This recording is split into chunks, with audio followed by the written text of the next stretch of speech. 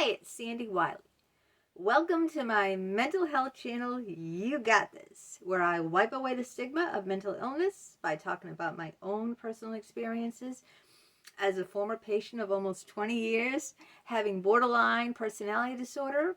I talk about narcissism, post-traumatic stress disorder, anxiety, depression, schizophrenia, and a plethora of other mental health topics. But I only come on as a former patient. I am not a licensed therapist. I do not practice. I cannot give you a professional opinion. I don't even hold a degree in psychology. And all I ask in turn from you is kindness and respect in the comments, kindness to me, kindness to others, and kindness to yourself. If you're new to my channel, welcome, welcome, welcome. If you like what you see, give it a thumbs up. Hit the like button. And if you haven't already, please subscribe. I am 100% free. And I never ask, like some other people do, for you to buy me a cup of coffee. I don't even know what that's all about. Do you? Like, you can tip me money if you see the little heart with the dollar sign there, but some people say buy me a cup of coffee, or they sell shirts or mugs and all that, and I'm not into all that stuff. I do give the links to my books though. All right, let's get right into it today. Medication or meditation? That's today's topic of this video. So let me first say, this is just my personal opinion. I'm an anti-drug person. I've seen too many people, the effects of drugs on people. I've known a woman I was friends with who became addicted to Percocets. She took them for pain management, and she became addicted to them, and it's a horrific experience. I think it, destroyed her marriage. She was in a lot. It was like a nightmare. So, I never even tried pot. That's the honest truth. I've never done drugs. The only drugs I've done are prescription drugs. And they weren't prescription drugs for pain, okay? I have some sort of, they thought it was urinary tract infection. They don't know what it is now. They're testing for something else. And I'm in severe pain. I mean, I don't even know how I'm doing this video right now. I don't sleep for almost 2 weeks. I can't sleep at night. And they gave me a prescription for pain medication. I didn't fill it. I don't want to become addicted to pain medication, okay? But that's just my personal, I'm not judging you if you do, all right? I'm not looking down on you. I'm not saying it's wrong. I'm just saying, for me, I really don't like drugs. That's just my personal opinion. I'd rather use other practices like meditation. Now, a lot of people are into meditation far more than I am. Deep breathing exercises, the chakras, I don't know anything about that stuff. I'm not one of these healing gurus, but you'll find a lot of them, out there on the internet, tons and tons of them, healing gurus who are into chakras, and like heart chakra, the head chakra, the heart chakra. I don't know anything about it. Okay, nothing. There's also, yoga. Yoga is really good. Yoga combines the mind and the body. I've done yoga for years. The only reason I kind of stopped doing yoga is I have severe arthritis. So some of those poses where you have to, like the downward dog, where you have to have all the pressure on your palm, I could never do that now because I have severe inflammation, arthritis, and I don't take medication. I'm severely allergic to anti-inflammatory medication anyway.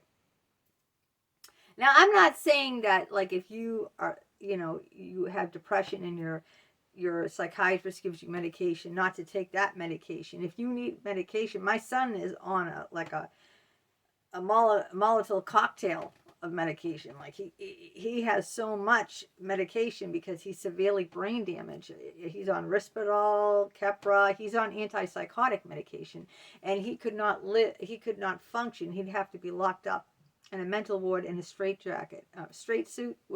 Someone said it wasn't a straitjacket, straight suit. If he wasn't on that medication, and I know my father for schizophrenia, he needed to stay on his medication. So I'm not coming on here and saying that I don't 100% agree. If you have a severe, condition where you, like diabetics need medication, insulin, right? That you shouldn't do that. 100% agree you should. I'm talking about other ways, like how to help pain. Like in my instance, I was given a prescription for pain relief, and I didn't fill it. So I try to handle pain in a different way. Now, there's lots of ways to do meditation. You don't need like a guru to tell you. I just love listening to music. Music in itself can be very self-soothing. If you go outside, if you have like believe in cleansing breaths, like from your stomach, you know how they teach you that?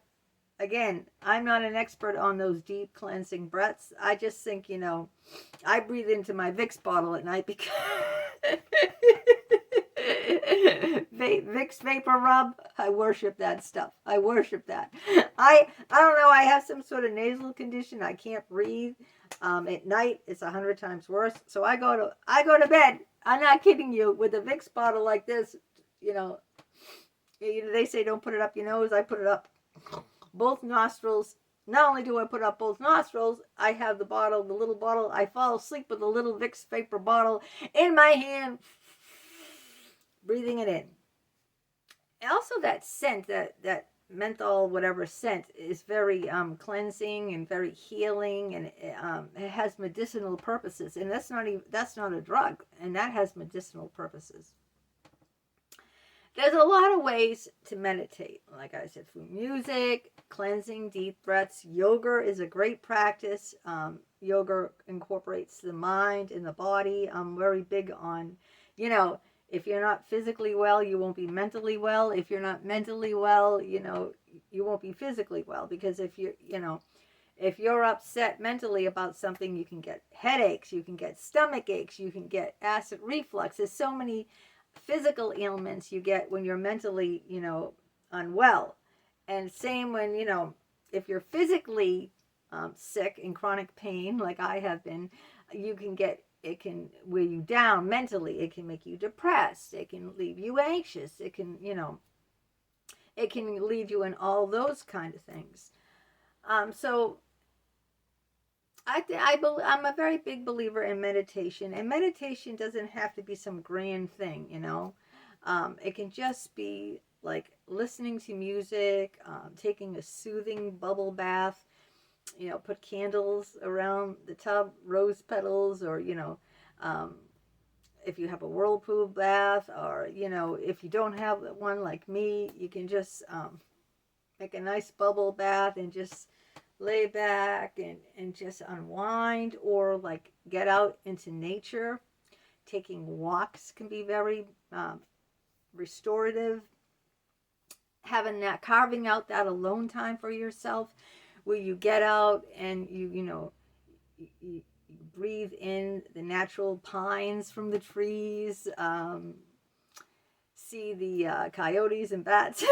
I have a wetlands right near me, and there's like bats, coyotes, raccoons, the works, right? But there's also adorable bunnies. I mean, what's really restorative to me is when I'm on my deck. When it's a nice spring or summer, nice warm day, let's put it that way. When it's a nice warm day and I'm on my deck and I see the cute little bunnies, I love cardinals. Oh, beautiful red, vivid cardinals. The bunnies, the squirrels chasing each other around crazy, the robins, the blue jays they're so loud, but I just love to watch it all. And then I have a bird bath out there, and I love to see how they splash. The blue jay comes in for a nosedive, like a bomber, into the bird bath. Then he splashes, and he looks so funky. the blue jay, when he gets wet, it looks like a spiked hair, like black spot, like he has a mohawk hairdo, like he has a spiked hair, and then he dives back out, and then he'll do it again. He'll dive back in and splash, splash. And to me, see that?